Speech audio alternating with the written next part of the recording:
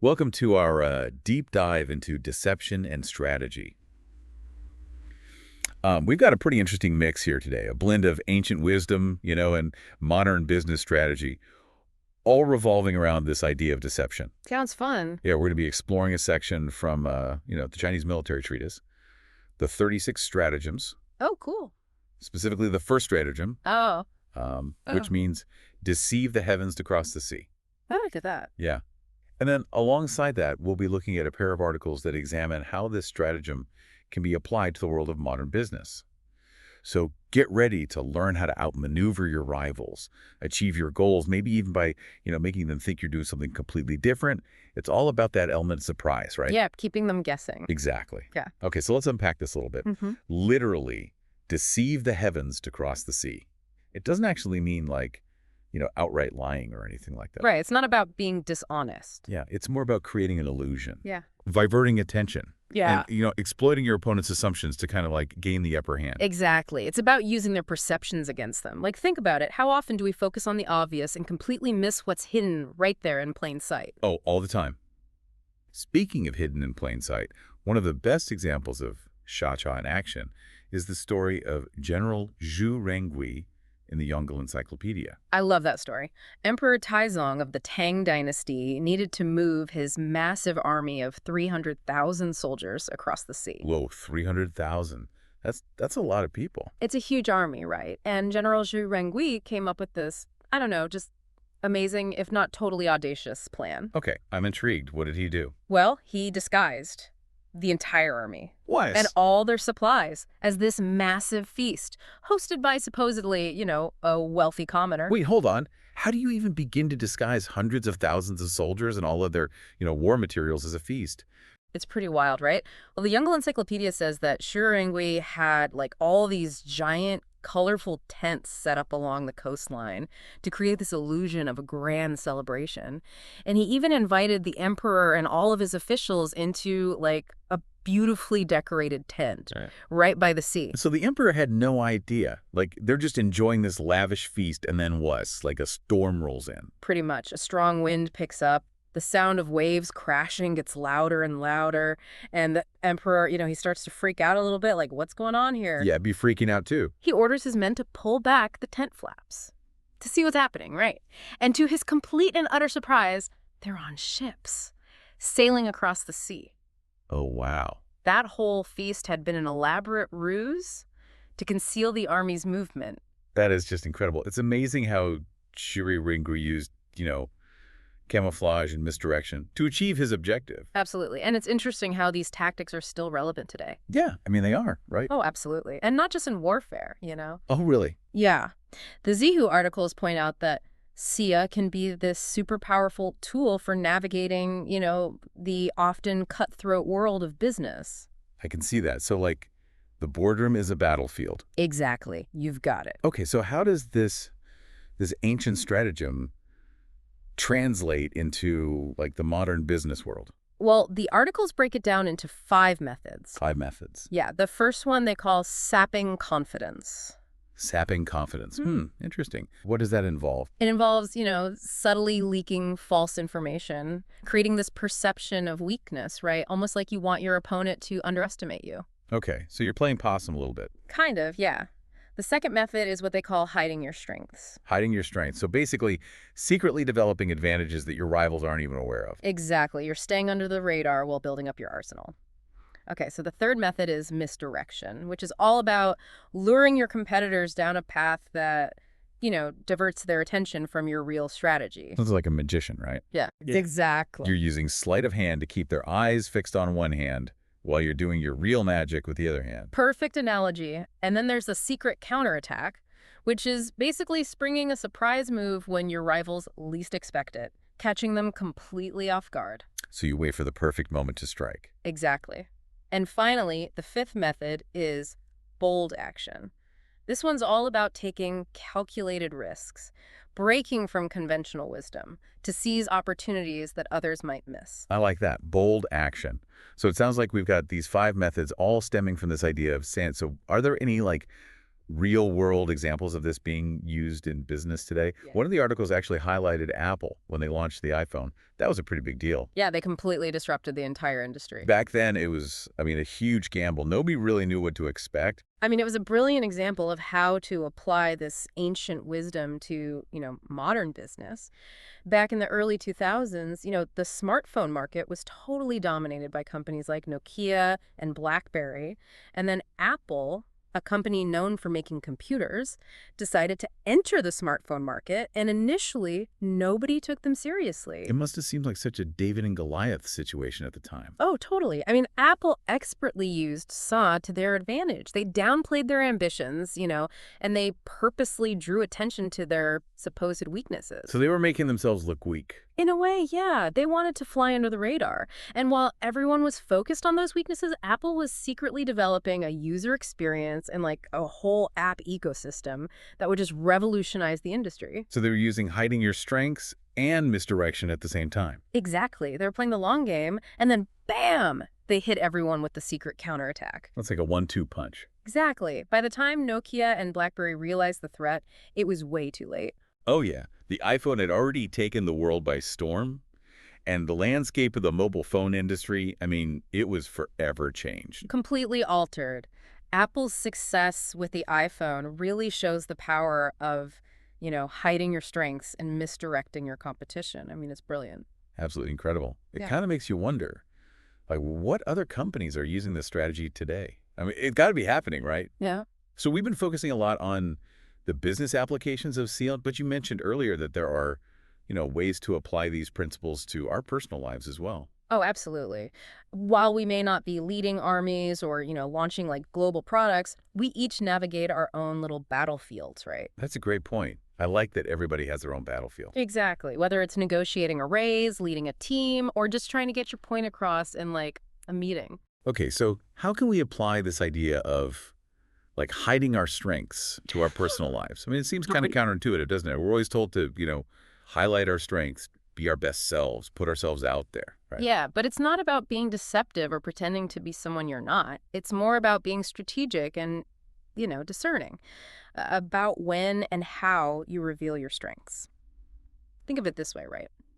Imagine you're starting a new job and you're eager to prove yourself. You might be tempted to just, show off all your skills and knowledge right away. Yeah, I could see that. Like you want to make a good first impression. Exactly. But sometimes it's actually better to, observe, learn the dynamics of the team, and build trust before showcasing your full capabilities. Okay, so it's about choosing your moments wisely. Don't reveal your hand until you have a better understanding of the game and the players involved. You got it. It's all about strategy. What about the concept of, misdirection? How can we use that ethically in our personal lives? It almost feels a little, sneaky. Again, it's not about being manipulative or deceitful. It's about, steering the conversation towards your desired outcome, but in a subtle way, Like, let's say you're trying to convince your family to go on a vacation to a particular destination.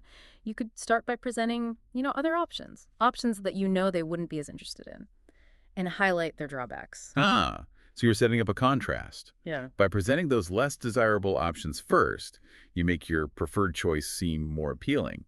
And then, when you finally reveal your desired destination, it's like, well, of course, that's the best option. Exactly. You've subtly guided them towards your preferred outcome without being, forceful or manipulative. Okay, I can see how that could be a really useful tactic. Hmm. What about the secret counterattack? That's a concept that I feel like could be easily misconstrued. Yeah, for sure. The secret counterattack in a personal context is less about, launching a surprise attack and more about being prepared to seize an opportunity when it arises. So imagine you're in a meeting, right? And your team is struggling to come up with a solution to a problem.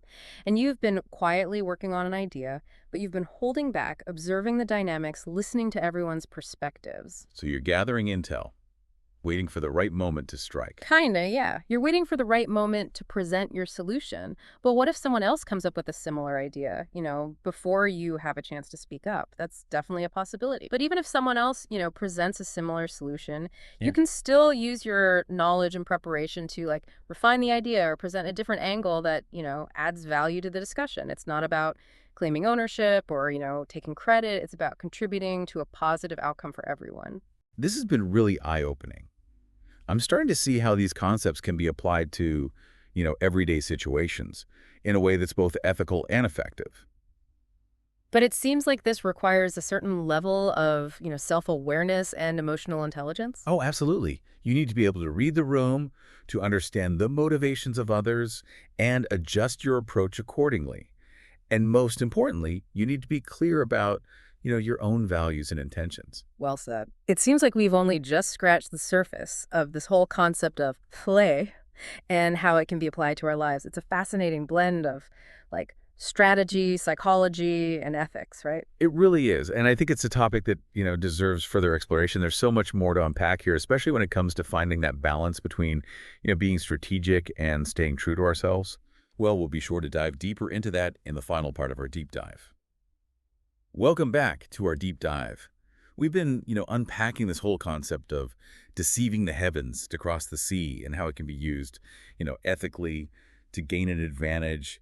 We've covered everything from like ancient military tactics to, modern business strategies. But I think one of the most interesting things about this whole concept is how it can be applied to like our everyday lives. It really is fascinating. I mean, we might not be leading armies into battle or, launching these big global products, but we all have goals and things we're working towards, right? Exactly. And sometimes we face these challenges, these obstacles, and make it feel like we're, navigating our own personal battlefields. I think that's a great analogy. We're all kind of engaged in these strategic games, whether we realize it or not. So true. And just like in any game, understanding the rules, the strategies, it can give you a real leg up. And that's where I think Khan comes in. Exactly. It's all about understanding the psychology of perception and using that knowledge to shape how others see you and your actions. Okay, so let's break it down a bit further. We talked about hiding your strengths as a way to like manage perceptions.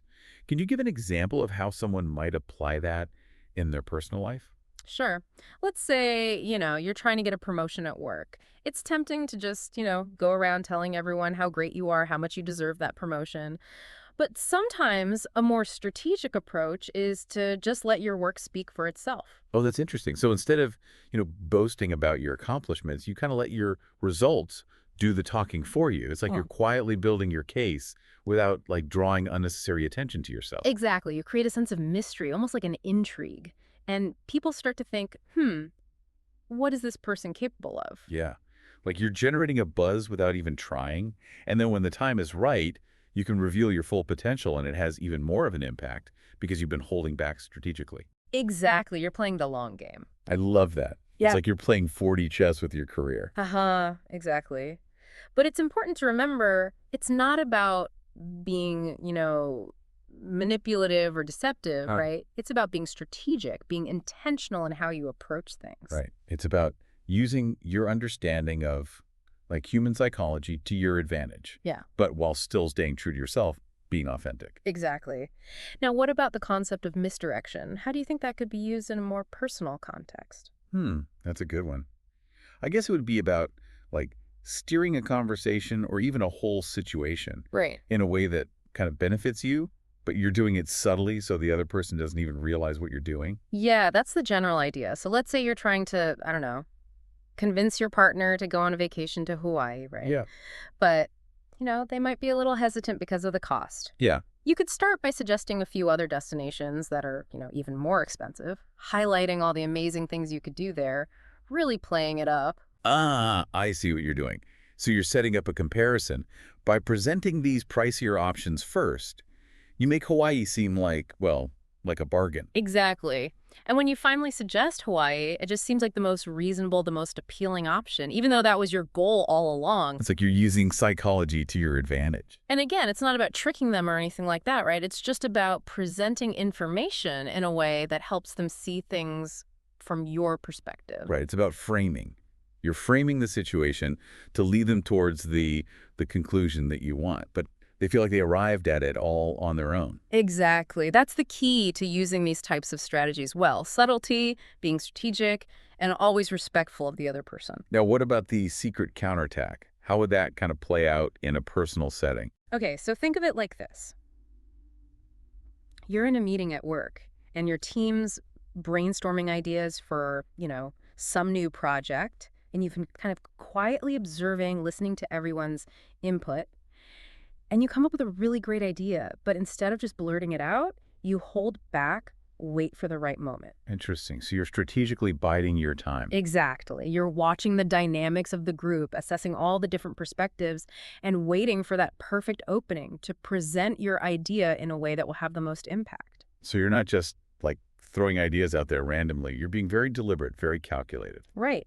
And when the moment is right, you can present your idea with confidence and clarity, and it'll be much better received because you've taken the time to understand the whole context, the needs of the group. This is really fascinating. It's like you're playing chess with your ideas. You're thinking several moves ahead, anticipating challenges, positioning yourself for success. I like that. And remember, it's not about being cutthroat or super competitive. It's about using your intelligence and strategic thinking to achieve what you want, to contribute to positive outcomes. This has been such a journey. We've gone from like ancient Chinese military strategies to modern business tactics, and now we've explored how these principles can apply to, our everyday lives. It's been amazing. It's really incredible how these ancient concepts are still so relevant today, right? And I think the biggest takeaway is that strategy. It's not just for generals and CEOs. It's a valuable tool for anyone who wants to navigate, the complexity of human interactions and achieve their goals. It's about being intentional, being strategic, and like we said before, always staying true to your values. Couldn't have said it better myself. And I really hope this deep dive has given our listeners some valuable insights and inspiration to, apply these principles to their own lives. I know it has for me. This has been a fantastic learning experience. Thanks for joining us on this journey.